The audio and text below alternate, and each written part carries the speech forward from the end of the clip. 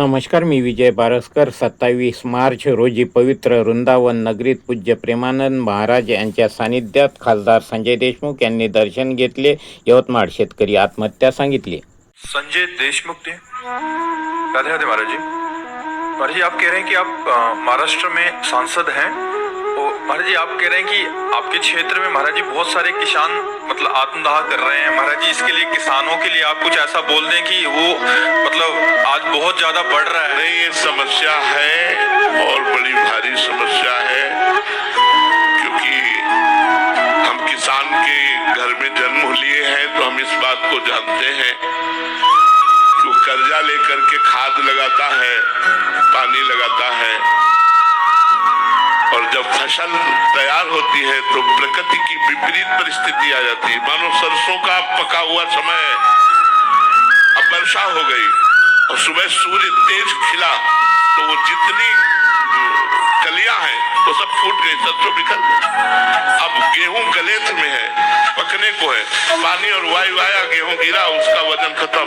उसका अब वो बेचारा कर्जा लेकर के खेती किए है, कर्जा लेकर खाद पानी लगाया है, बेटी का ब्याह करना है, बच्चों को पढ़ाना है, अब उसको एक ही रास्ता सूझता है.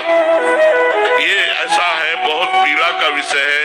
इसे तो आप लोग किसानों का सहयोग करें तो बचाया जा सकता है. उनको ये विश्वास दिला करके कि हम आपका सहयोग करेंगे, आपकी फसल की हानि हुई है तो ये बचाया जा सकता नहीं. आप सच्ची मानिए, हमने देखा है बैठ करके रोते हुए,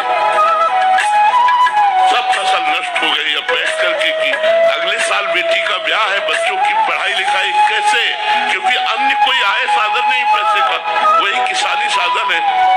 शुद्ध जो किसान है, जिनकी कोई बाहरी आय नहीं, सही कह रहे हैं, उसको एक ही रास्ता दिखाई देता है.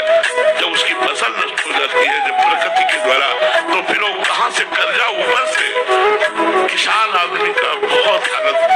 अब जो बड़े बड़े जमींदार हैं, बाहरी आउक है, उनकी बात अलग. छोटे किसानों के लिए बड़ा संकटपूर्ण विषय है, क्योंकि हम किसान के घर पैदा हुए इसलिए जानते हैं. तो हमें लगता है कि अगर हमारी भारत सरकार सहयोग करे तो इससे बचत हो सकती है, या वो अध्यात्मवान हो तो बच सकता है, नहीं तो प्रकृति की मार बहुत बुरी है. जो बड़े किसान हैं, जो जमींदार हैं, उनकी बातें अलग है. हम छोटे किसानों की बात कहते हैं, जो कर्जा लेकर खेती करते हैं और उनकी फसल नष्ट हो जाती है, फिर उनको सहयोग की जरूरत होती है. तो हमें लगता है आप जैसे भगवान की कृपा से सरकारी पद पर हैं, आपको समाज का एक भार मिला हुआ है, आप सरकार से निवेदन करके ऐसे किसानों के लिए कुछ उपाय बनाइए कि कम से कम वो मरने की धारणा का तो त्याग कर दें कि हमारा सरकार कुछ सहयोग की. कई प्रकार से फसलें नष्ट हो जाती है और किसान असहाय हो जाता है, उसको सरकारी कोष से ही हम बचा सकते हैं.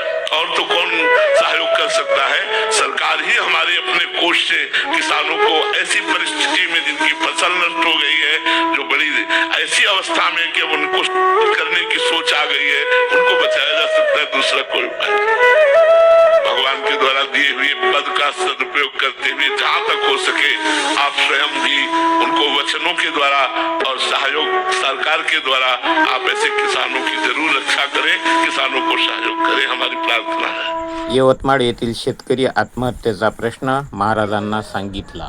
यवतमाळ प्रतिनिधी विजय बारसकर, नॅशनल एकता रिपब्लिकन न्यूज. मुख्य संपादक लक्ष्मण भाऊ वानखडे. यवतमाळ प्रतिनिधी विजय बारसकर, नॅशनल एकता रिपब्लिकन न्यूज. मुख्य संपादक लक्ष्मण भाऊ वानखडे.